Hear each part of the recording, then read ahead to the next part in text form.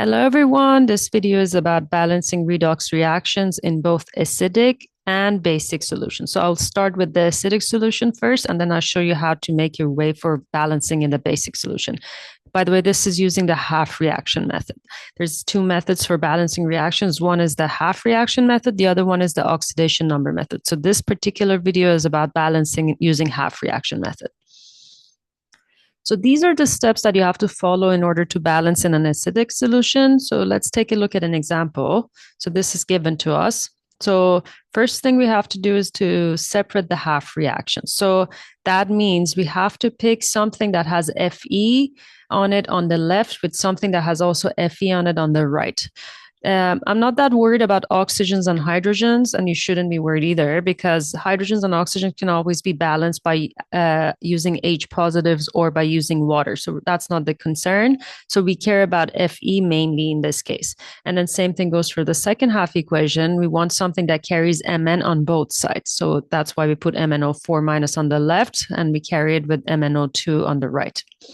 Now, steps 2 to 5 is for each half reaction. So you have to do steps 2 to 5 for each individually, and then we keep going. We get to step 6 and after.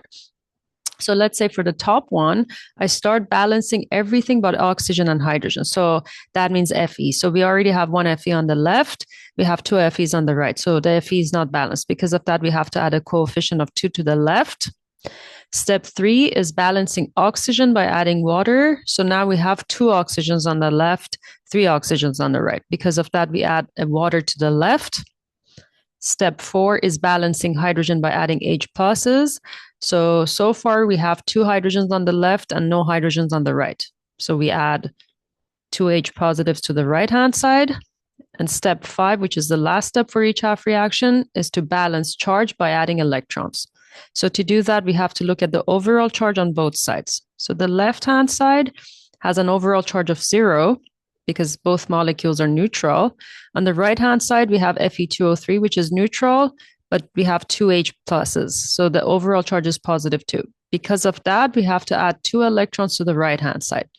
Keep in mind that electrons are always added to the side that it's more positive, because electrons carry a negative charge. And then when you add it to the positive charge, it brings its charge down. Now we do the same thing, steps 2 to 5 for the second half reaction. So first, as we said, is to balance everything but oxygen and hydrogen. So that means Mn. So we have already one Mn on the left, one on the right. So Mn is balanced. So we go to step 3, which is balancing oxygen by adding water. So far we have 4 oxygens on the left, 2 oxygens on the right. So we add 2 waters to the right. Then we have to balance hydrogen by adding H plus. We have 4 hydrogens on the right, no hydrogens on the left. So we add 4 H plus to the left. And last is to balance charge by adding electrons. So we look at the overall charges on both sides. So the left side has a positive 3 charge because of 4 H positives, which makes it positive 4. And then MnO₄ is minus 1, so makes the whole thing to be positive 3. But then the right-hand side, both molecules are neutral. So the overall charge is 0. So because of that, we add 3 electrons to the left. So far, both half reactions are balanced, and most importantly, they're balanced in an acidic condition or acidic solution. The reason we call it acidic solution or acidic condition is because of the presence of the H positive. So H positive is a symbol of an acid in a solution, and that's how these reactions are balanced. Now we have to get to the overall reaction. That means we have to add up both reactions. But to do that, what we have to do is, first of all, we have to make sure the electrons are canceled on both sides, because the overall reaction never has electrons in it. So to do that, we have to multiply the top equation by 3 and the bottom one by 2. So this way we get 6 electrons on the left and 6 electrons on the right, so they can cancel with each other. And then we can carry everything down. So this would be the overall reaction.